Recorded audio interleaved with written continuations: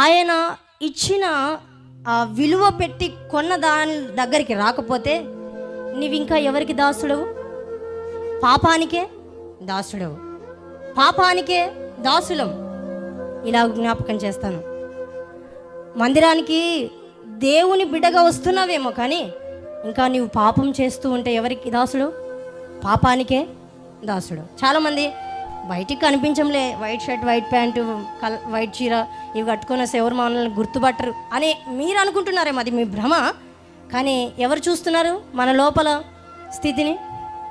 నువ్వు చేసే ఆలోచనను, నువ్వు మాట్లాడుతున్న మాటను, నువ్వు నడుస్తున్న నడకను, నువ్వు చేస్తున్న పనిని. కీర్తనకారుడు 139వ కీర్తనలో అన్నాడు, నా పడక, నా నడక, మాట, చూపు అన్నీ నీకు తెలిసే ఉన్నాయి. నేను ఆకాశానికి ఎక్కి దాక్కున్నాను, అక్కడున్నావు. సముద్రం లోపలికి వెళ్ళినా అక్కడున్నావు. పాతాళ లోకంలోనికి పోయినా అక్కడున్నావు. ఎక్కడికి వెళ్ళినా దాచిపెట్టుకుందామని నువ్వు